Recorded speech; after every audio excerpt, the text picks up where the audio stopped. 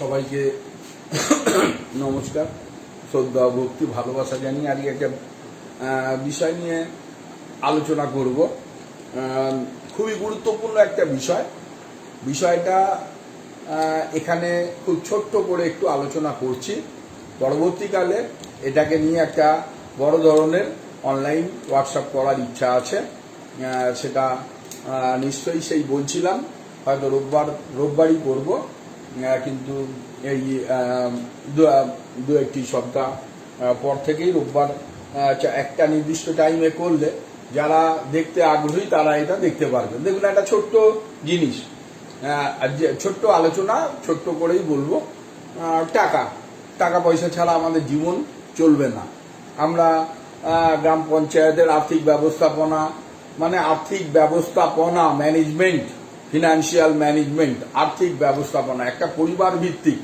আসো আমরা একটা পরিবারের পরিকল্পনা করি আমরাও, কিন্তু সবচেয়ে এই যে পরিকল্পনাটা সেটা কিন্তু গরিব মানুষের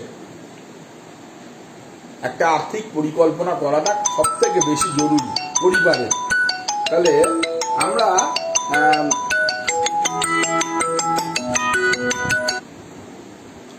আমরা যে এই যে আর্থিক পরিকল্পনার ক্ষেত্রে বলবো, পরিকল্পনার মূল জায়গায় কিন্তু চলে আসছে কি না, টাকা, ক্যাশ। এই টাকা নিয়ে দু একটি কথা বলে শেষ করব। কিন্তু এই বিষয়গুলো আলোচনা করতে গেলে প্রচুর আলোচনা করার দরকার হয়, সেটা সম্ভব হচ্ছে না। ছোটর মধ্যেই আমরা একটু জানা বোঝার জায়গাটাকে আর একটু পরিষ্কার করার চেষ্টা করি। আমরা জানি যে অর্থই অনর্থের মূল বলি, আবার অর্থ ছাড়া জীবন চলবে না। তাহলে আমরা যদি একদম প্রান্তিক মানুষগুলোর কথা ভেবে নিই, যে প্রান্তিক মানুষগুলো দিন আনে দিন খায়, সেই মানুষগুলোর কথা ভেবে নিই, তাদের ক্ষেত্রে কিন্তু এই ক্যাশ বা টাকা বা অর্থ একটা গুরুত্বপূর্ণ বিষয়, এবং সেক্ষেত্রে তাদের একটা আর্থিক পরিকল্পনা আরো গুরুত্বপূর্ণ বিষয়। এবং সরকারি বিভিন্ন সুযোগ সুবিধাগুলো আছে, সেগুলো দিয়ে আমরা তাদের বলবো সেই পরিবারের একটা ছোট্ট পরিকল্পনা করে সামনের দিকে এগোনোর জন্য। কিন্তু আবার দেখবেন, একজন দার্শনিক বলেছিলেন, দার্শনিকের নামটা আমার এখন মনে নেই, যে পুরুষ ছুটবে টাকার পিছনে আর নারী ছুটবে পুরুষের পিছনে। যদিও বর্তমান এই প্রতিযোগিতামূলক এবং মানে একটা স্পিডি লাইফ আমাদের এখন এই জীবনে দেখা যাচ্ছে যে ব্যস্ততার জায়গায় চলে এসছে, এখানে কোনো প্রকার জেন্ডার বায়াসনেসের গল্পই নেই, যে নারী ইনকাম করবে না পুরুষ ইনকাম করবে। এই যে কথাগুলো, এগুলো হয়েছিল নারীদের পিছিয়ে রাখার জন্য। এখন কিন্তু নারী এবং পুরুষ দুজনকে সমানভাবেই এগিয়ে যেতে হচ্ছে ইনকামের দিকে, অর্থাৎ অর্থের দিকে। তাহলে এই যে আমরা টাকার পিছনে ছুটি, অনেকেই টাকার পিছনে ছুটি, কিন্তু কাদের হাতে টাকাটা বা কারা এই যোগ্য তার মানে পৌঁছায়, সেই নিয়ে একটু ছোট্ট করে একটা আলোচনা করি। দেখুন, ছোট্ট কথা, ক্যাশ বলতে গেলে, অনেক কথা বলতে গেলে, ক্যাশ বা টাকা বা অর্থ। তাহলে এই ক্যাশ বা অর্থ কাদের কাছে থাকবে বা কিভাবে আসবে? ক্যাশের প্রথমেই যেটা আছে সি, এই সিটা হচ্ছে, দেখুন, এই কমিউনিকেশন। এই কমিউনিকেশন নিয়ে বলতে গেলে পরে প্রচুর বড় একটা সেশনের প্রয়োজন আছে।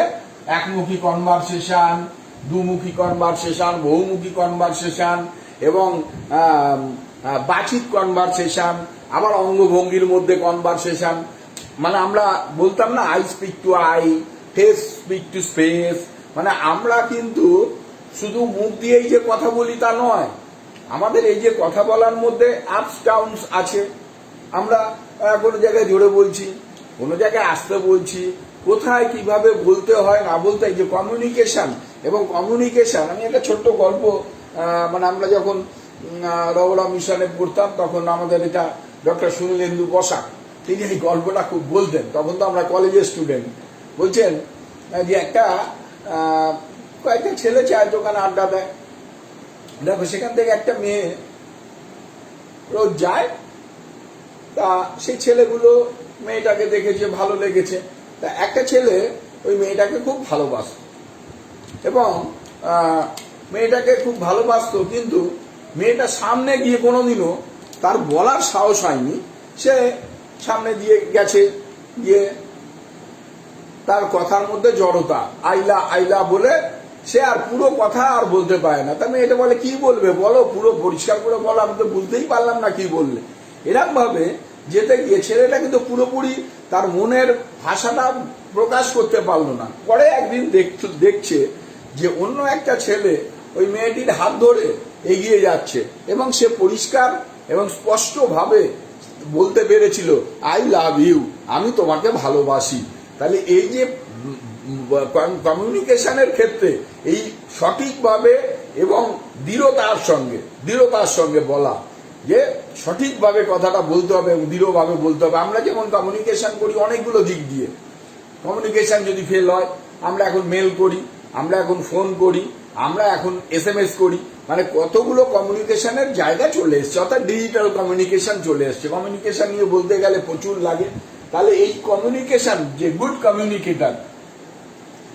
কমিউনিকেটর, যে ভালো সংযোগ রক্ষাকারী। দেখুন, একজনকে ছোট্ট কিছু না, অনেক বিখ্যাত মানুষকে আপনি যদি একটা উইশ করেন, হ্যাঁ, শুভ নববর্ষের উইশ বলুন, হ্যাপি নিউ ইয়ারের উইশ বলুন, তার জন্মদিনের উইশ বলুন, দেখবেন তার মনের মধ্যে কিন্তু আমার একটা জায়গা তৈরি হয়ে যায়। এই কমিউনিকেশনের উপর দাঁড়িয়েই কিন্তু মানুষের মধ্যে, মনের মধ্যে জায়গা করে নেওয়া যায়। আপনার এই কমিউনিকেশন স্কিল যত দূর পর্যন্ত বিস্তৃত থাকবে, যত বড় হবে, আপনি কিন্তু তত সামনের দিকে এগোবেন এবং বড় হওয়ার দিকে এগোবেন। সেই কারণে এই গুড কমিউনিকেটর হতে হবে আপনাকে টাকা উপার্জন করতে গেলে।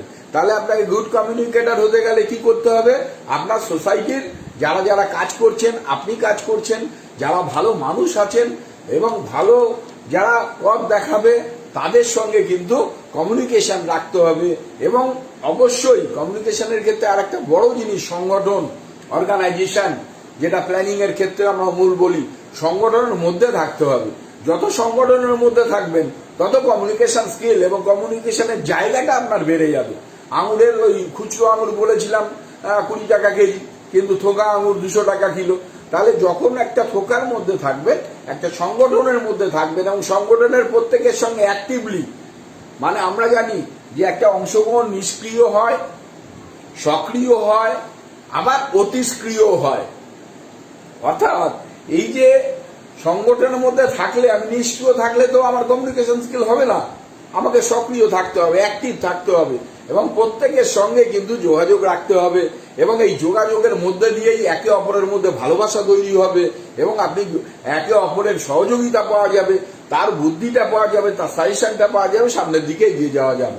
তারপরেই আমরা যদি চলে আসি এতে অ্যাটিচিউড। এই অ্যাটিচিউড নিয়ে বলতে গেলেও অনেক বলতে হয়, কিন্তু অত বলবো না, বারবারই বলছিলাম যে খুব শর্টে আজকে ছাড়বো। অ্যাটিচিউড, এই অ্যাটিচিউডটা হিসাব করুন। এই অ্যাটিচিউড নিয়ে একটা পুরো একটা ক্লাস আছে, আমার ইউটিউবেও রয়েছে অ্যাটিচিউডের উপরে। টোটাল অ্যাটিচিউডটাই হচ্ছে, মানে এইখানে এই CASH এর মধ্যে এই অ্যাটিচিউডটাই হচ্ছে, এর মধ্যে শুধু নয়, পৃথিবীর সব থেকে বেশি গুরুত্বপূর্ণ জিনিস হচ্ছে অ্যাটিচিউড। কারণ একমাত্র অ্যাটিচিউডেই একমাত্র 100 নলেজ, স্কিল, আপনি এডুকেশন, আপনি বলুন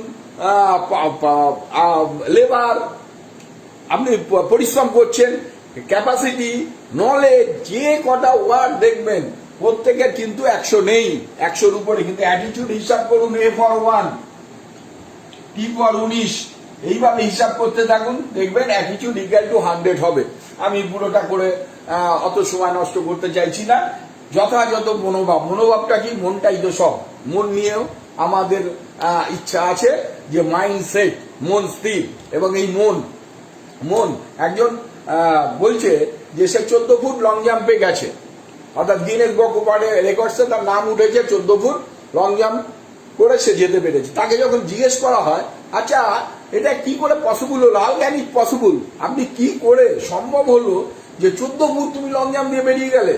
তখন সে বলছে যে যখন আমি দৌড়াচ্ছিলাম, আমি আমার ট্র্যাকে যখন দৌড়াচ্ছিলাম, তখন আমি চোখ বন্ধ করে আমার মনকে একটাই বলছিলাম যে তুমি আমাকে ওইখানে নিয়ে যাও, আমার দেহটাকে। অর্থাৎ আমার মনকে বললাম দেহটাকে ওখানে নিয়ে যাও, আমি দেখলাম যে আমার দেহটা গিয়ে ওখানে গিয়ে পড়েছে। এই মন, যথাযথ মনোভাব, মন স্থির, মাইন্ডসেট, এই নিয়ে বিশদ আলোচনা আছে, আলোচনা করব আস্তে আস্তে।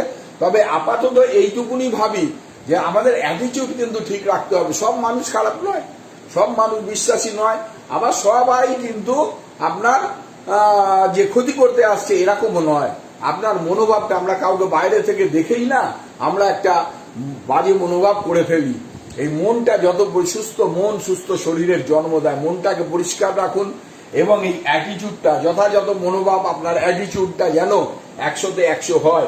সাকসেস হতে গেলে পরে, সফল হতে গেলে, আমরা সফলের ক্ষেত্রে 3Ds বলি, 3Ds for the 3 pillar of success: dedication, determination, discipline. এই সমস্তগুলো তো বিষয় আছেই, কিন্তু অ্যাটিটিউডটা হচ্ছে 100-তে 100 চাই। আমরা টাটা, বিড়লা, আমরা বড় বড় লোকের যদি বায়োগ্রাফিগুলো দেখি, তাদের ক্ষেত্রে কিন্তু অ্যাটিটিউডটা ছিল। স্বামী বিবেকানন্দ থেকে শুরু করে আমরা যে সমস্ত মহৎ ব্যক্তিত্ব, মহাপুরুষ আমাদের জন্মেছেন, তাদের ক্ষেত্রে কিন্তু আমরা দেখবো এই অ্যাটিটিউডটা কি ছিল, তাদের মনোভাব। হিন্দু, মুসলমান, খ্রিস্টান, তিনি মুচি, ম্যাথর, ডোম, তার সবাই তার ভাই ছিলেন। তার মনোভাবটা আমাদের দেখতে হবে, কেন তিনি বিশ্ববিখ্যাত হয়েছিলেন, তার ফিলোসফি, তার কথা, তার বাণী, তাকে নিয়ে আমরা কেন এখনো চলছি, সারা বিশ্ব চলছে, এবং তিনি একটা প্রতিষ্ঠান, তিনি একটা শিক্ষা। যাই হোক, আমরা অ্যাটিটিউডটা ঠিক রাখবো। আমাদের প্রথম কমিউনিকেশন, গুড কমিউনিকেটর হতে হবে। সেকেন্ড, অ্যাটিটিউডটা ভালো রাখতে হবে। থার্ড হচ্ছে স্কিল, দক্ষতা। দক্ষতা, আপনার স্কিল তৈরি করতে হবে। আপনাকে কেউ টাকা দিয়ে যাবে না, কেউ দয়া করবে না, কারো দয়া নেবেনও না। কেন দয়া নেবেন? সরকারি যে সমস্ত স্কিম আছে, কর্মসূচি আছে, সেগুলো সবার ট্যাক্সের পয়সা দিয়ে মানুষকে সহায়তা দেওয়া হয়। অর্থাৎ যত গরিব মানুষের হাতে, মানে আমাদের জানি যে যত গরিব মানুষের হাতে পয়সা দেওয়া যাবে, তত দেশের অর্থনীতির বুনিয়াদ মজবুত হবে, ইকোনমিটাকে আমাদের মজবুত হবে। যারা ইকোনমিস্ট আছেন তারা এটাই বলেছেন।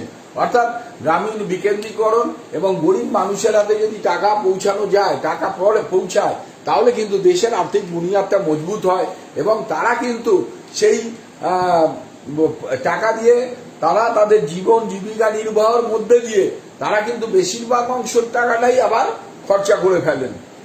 যাই হোক, সেই বিষয়গুলো নিয়ে পরে আমরা আলোচনা করা যাবে। স্কিল তৈরি করতে হবে। অর্থাৎ আপনি যদি দক্ষ না হন, কোনো একটা বিষয় সঠিকভাবে না বুঝতে পারেন, পরিপূর্ণ জ্ঞান অর্জন না হয়, তাহলে কিন্তু সেই কাজটা আপনি ভালো করে করতে পারবেন না। তাহলে গুড কমিউনিকেটর হতে হবে, অ্যাটিটিউড ভালো থাকতে হবে, স্কিল থাকতে হবে এবং আপনার গুড হ্যাবিট, ভালো অভ্যাস থাকতে হবে। এই 5টা জিনিস থাকলে পরে আপনাকে টাকার পিছনে ছুটতে হবে না, টাকা আপনার পিছনে ছুটবে। সেই কারণে আমরা আর্থিক ব্যবস্থাপনা, অর্থ নিয়ে বিভিন্ন রকম পর্যালোচনায় যাব, পরিকল্পনায় যাব, আর্থিক ব্যবস্থা নিয়ে আলোচনা করব। কিন্তু আমাদের প্রথমেই মনে রাখতে হবে, আমরা যেমন ইন্ডিভিজুয়াল, যেমন পাড়াভিত্তিক পরিকল্পনা করি, গ্রাম পঞ্চায়েত ভিত্তিক পরিকল্পনা করি, একক পরিকল্পনা করি, পরিবার ভিত্তিক পরিকল্পনা করি, যে পরিবার ভিত্তিক পরিকল্পনা করি, সেই পরিকল্পনার ক্ষেত্রেও কিন্তু আমাদের এটা মাথায় রাখতে হবে যে আমাদের স্বনির্ভর হতে হবে। অর্থাৎ পৃথিবীতে কেউ কারো উন্নয়ন ঘটিয়ে দিতে পারে না, মানুষ নিজেই পারে নিজের উন্নয়ন করতে। অর্থাৎ আমাকে গুড কমিউনিকেশন স্কিল তৈরি করতে হবে। আমার এলাকার যারা জনপ্রতিনিধি আছেন, আমার এলাকার যারা সমাজসেবক আছেন, আমার এলাকার যে সমস্ত স্বেচ্ছাসেবী সংগঠন আছে এবং আমার এলাকায় যে সমস্ত শিক্ষক আছেন, তাদের সঙ্গে আমাদের যোগাযোগ রাখতে হবে প্রতিনিয়ত। তাহলে আমরা বিভিন্ন স্কিম, কর্মসূচি, সমস্ত বিষয়ে জানতে পারবো এবং আমরা সামনের দিকে, তারা আমাদের সামনের দিকে এগিয়ে দেওয়ার চেষ্টা করবেন। তারপরে কি অ্যাটিটিউড, যথাযথ মনোভাব, স্কিল তৈরি করুন এবং হ্যাবিটটা ভালো রাখুন। আপনার অর্থের অভাব অনটন কেটে যাবে। তারপরে তো আপনার আসবে, আপনি অর্থ উপার্জন করার পর সঞ্চয় করবেন, আপনি ব্যয় করবেন, লোন নেবেন, বিভিন্ন বীমা পেনশন প্রকল্পের মধ্যে যাবেন এবং আপনি একটা সঠিক মানুষ হিসাবে সামনের দিকে এগিয়ে যাবেন। এইটুকুন বলেই আজকে শেষ করব। সবাইকে নমস্কার, সবাই ভালো থাকবেন। তবে আবার বলছি, এই বিষয় নিয়ে বিশদ একটা আলোচনা হয়তো 2-1 সপ্তাহের মধ্যেই করব। ক্যাশ, অর্থাৎ এই কমিউনিকেশন স্কিলটা কিরকম হতে পারে, কোন কমিউনিকেশন স্কিলটা ব্যর্থ হয়, ঠিক হয় না, কোন কমিউনিকেশন স্কিলগুলো ভালো হয়, কিভাবে কমিউনিকেশন স্কিল আপগ্রেড করা যায়, কমিউনিকেশন স্কিল আরো বাড়ানো যায়, এই সমস্ত বিষয় নিয়ে বিশদে আমরা একটা আলোচনা করব। নমস্কার, সবাই ভালো থাকবেন।